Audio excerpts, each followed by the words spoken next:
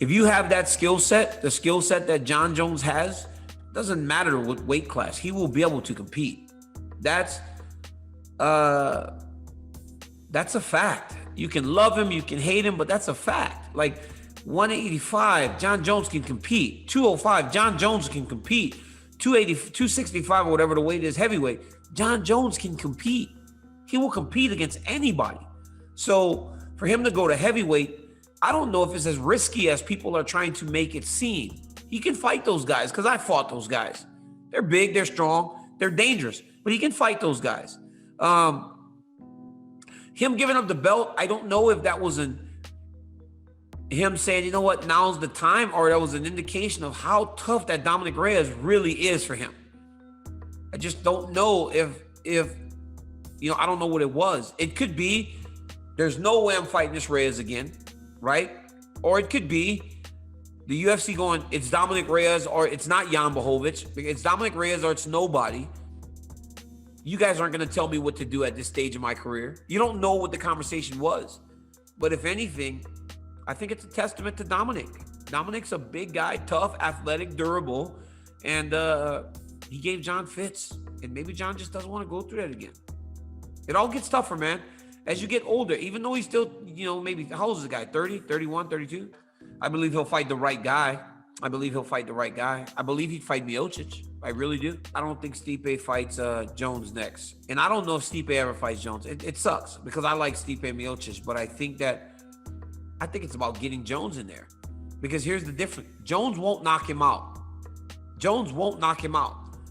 Francis might.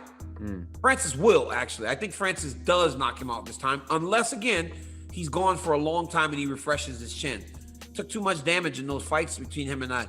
But Jones won't knock him out. Jones won't punch him and put him to sleep. It doesn't matter what he weighs. He does not have that punching power. He doesn't hit very hard. Kicks hard, but he doesn't punch very hard. He knows that if he goes and fights Jones, which would be very competitive, very good fight, it would be either him knocking Jones out or it'd be in a decision, because Jones won't knock him out.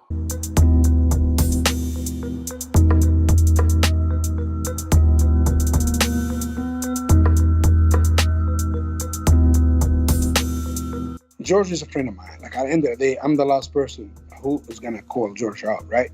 But if him and Khabib want to fight and they want to make $20 million each, if that's what they want, but I don't think Khabib want to fight George for is the money. I think he want to fight George for the legacy because his father, right? And listen, I think George, at this age of his career, if he cut to 55, maybe he's going to be very weak, right? Mm-hmm. And I think, listen, we have to just hold George St. Pierre talk. We shouldn't talk about it. It makes no sense for George to come to 155, right? But right now, it's Justin Gaethje fighting Khabib, and this is what's matter. Yeah. What's matter. Like, we have not to overlook Justin Gaethje. And Absolutely. I know a lot of talk, Conor rematch, George, Floyd, all this kind of stuff. Realistically, I think Khabib want to focus on Justin want to focus on Khabib. And I feel these two guys need the respect for us to talk both about them. I think he's more motivated than ever. I think the passing of his father, he feel he have obligation. Khabib always put pressure on himself, right? Yeah. He does. Even in his father's life, he have this high hopes for himself. He want to do so well, right? And realistically, I think he's very motivated. Because he understands Justin Gaethje is not a pushover. Right. He understand. He fighting one of the best fighter he ever faced. And realistically, I think it is the truth. Justin Gaethje is probably one of the biggest puzzle, like Khabib is the biggest puzzle. And we're gonna see what happened October 26th.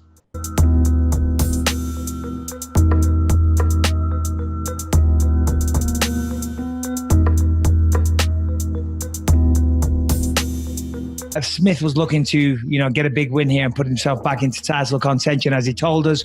Unfortunately, two people come into there, two big guys, strong guys, and Rakic had the same kind of game plan. He's like, no, I'm going to beat you and catapult myself into stardom, into the title shot, and there can only be one victor. That was, of course, Alexander Rakic. The fight started, and when the fight started, it was clear that Rakic was the bigger man. I think they're both listed at 6'4", but Rakic looks much, much bigger. He looked stronger as well in the clinch. I remember a couple of times he just kind of forced him down. And I know that afterwards Smith talked about the fact that maybe, you know, he needs to change a weight class, but 185 is too big. 205 is a little too small. You know, 155, sorry, 155 and 170. They're talking about bringing in another weight class. Well, Dana's not, but a lot of people are campaigning.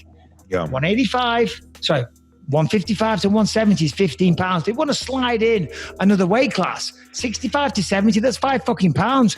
And 185 to 205, that was my world. That was a drop I had. And I always thought to myself, fuck me. No, if anywhere there needs to be another weight class, they should bring it in at 195. It should go 185, 95, 205. Anyway, however, can't take away from what Rakic did. He went out there, first round, landed some heavy, heavy leg kicks, and it looked like it was going to be over. Obviously, the first round he went down and he kept him down, and then he played in his guard, half guard, side control for a minute or two here and there, or a second or two, but predominantly guard and half guard. Did a really good job of controlling him. Referee was thinking about standing him up on occasion. Then Rakic, was playing the game right. What Rakic did a good job of was controlling, maintaining the position, and then when the referee was looking like he was starting to think about standing it up, boom, land a big, big, heavy shot. And when he did throw a ground and pound shot, fuck me, man, there was some real welly on it. And then second round was kind of similar. Third round, he came out strong. Rakic again landed some good head kicks, I think, a couple of good shots. And then again, hit the floor. I mean, to your point, I love Anthony Smith. He's a friend of mine. He's a colleague of mine. We have him on the podcast. So it is difficult to say. I've got tremendous respect.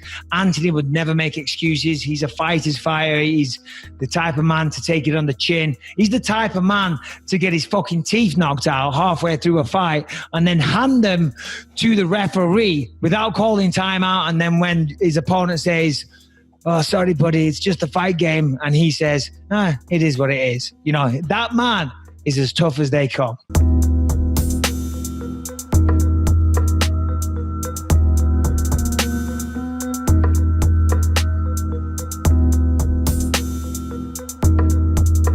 I knew Anthony is a tricky guy, and I needed to be, when we hit the ground, I needed to be very patient and very focused, because his grappling and his jiu-jitsu is very good. He took my back twice. I mean, he took my back in the first round, but I've been training this so many times with my grappling coach, and when he takes my back, there is no escape. So I'm getting a little bit used to this. And I mean, Anthony surprised me in the third round how he recovered after this left hook and left kick to the head. I thought I'm gonna knock him out, but man, hats off, and he took it really Lionheart. I started with the leg kicks because in the Apex arena the cage is really small. I mean, it's really small. So I started with the kicks. I want to hurt him. I want to slow him down a little bit. And then, I dropped him with the kicks. And then when soon we hit the ground, in my head was his words, what he said in the interview, that I'm a one-dimensional fighter, that I'm only a striker. And I told myself, I'm going to show you that I'm not a one-dimensional fighter. I'm going to control you the whole round. And then the next round, we're going to start again in the stand-up position. And I'm going to kick your leg again and going for your liver, So that's the reason I choose to stay on the ground with him, just to show him that I'm not a one-dimensional fighter. The light heavyweight division is getting really interested, and now 2 big fights. The first one is Glover against Thiago, the number 2 against the number 4, and then Jan against Reyes. I think Reyes is gonna win that fight. He's a southpaw, he's very tall, and he's getting used to fight orthodox guys. I don't know if Jan, I don't know how he gonna prepare for this. I hear in his interviews he gonna bring some good southpaws. I see Reyes winning the fight, but stylistically, for me, it would be better to fight Jan for the belt.